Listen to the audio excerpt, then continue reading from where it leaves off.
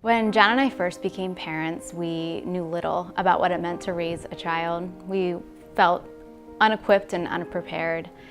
But the moment that Grayson entered our world, everything changed. Our love for this little boy had drowned out any insecurities or doubt that we might have had. Grayson was our precious gift, and we knew that from day one.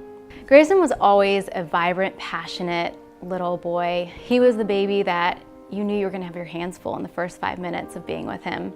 He was always wanting to touch, taste, feel life around him.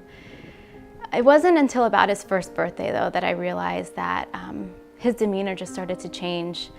And at around 18 months, he wasn't talking much at all. He was vocal, making all types of sounds, but he wasn't saying any words, and he would never repeat anything if you asked him to. And so I started to get concerned. At around 2, we started to seek out some advice from friends and family members, and it was brought to our attention that we should probably look a little bit further and dig a little bit deeper. So at 2.5, we took Grayson to the developmental pediatrician, and we heard the words that we feared so much that would be our outcome. Grayson was diagnosed with autism. So we spent the next few months just working. We got to work with Grayson. I put him in therapies, we changed his diet. We were just constantly working to help him, doing everything we could. I always say that since becoming a mom, I've never been closer to God, because there is no way that I could mom without him. I pray for my children daily, but it wasn't until a particular Sunday that I so intimately felt God nudging me that he was in this. And it was a Sunday that we had gone to church, and we were in the Love One Another series, and Rick spoke on the power of prayer, but specifically the power of prayer and healing. And he had given us the opportunity in that service to pray with an elder. And I knew at that moment that John and I needed to spend a couple of quiet moments in prayer. As we were getting up from our seats, the song Lord, I Need You by Matt Maher came on, and it was such a great sign. This has been my theme song to motherhood, and I often go to this song when I feel out of control, but God reminds me that he's in it. So John and I spent the next few minutes just praying with Andy Betts, and we specifically asked him to pray healing over Grayson.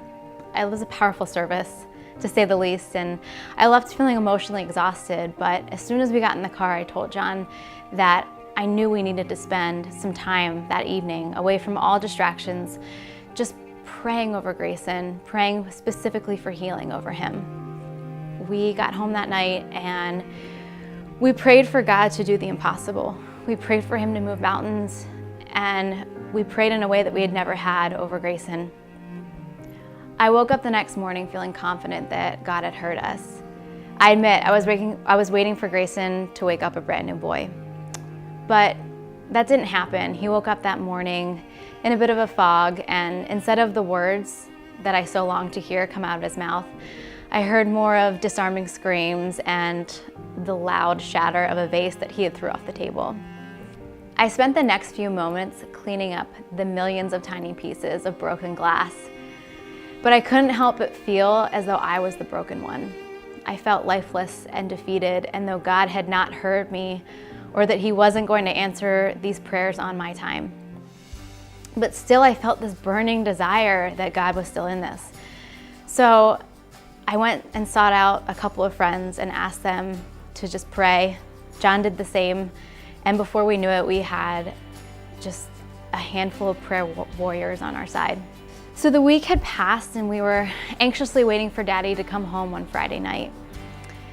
And we sat down to dinner and asked Grayson to start communicating with us his needs through sign language, as that was his way of communicating with us up until this point.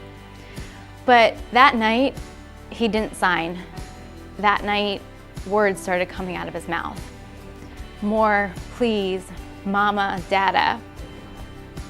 John and I almost fell off our chairs in disbelief. We had waited years to hear these words come out of his mouth, and all of a sudden, he just couldn't stop talking. God showed up that very night. He moved mountains. He made miracles happen. And Up until that point, I felt as though I'd never worked so hard for something and seen such little change. I was reminded on that day that God is bigger than any battle that I will face on earth. God loves my child more than I am ever capable of loving him. I was reminded that God can do amazing, unexplainable, wonderful things when we come together and pray. Life isn't easy, yet there's so much to be grateful for. I was reminded of one of my favorite quotes that I still live by today. You were assigned this mountain to show others that it can be moved.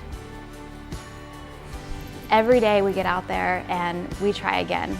And sometimes we fail and sometimes we shine. And on those moments when we shine, I am often reminded that God is not only in this journey, he's leading it.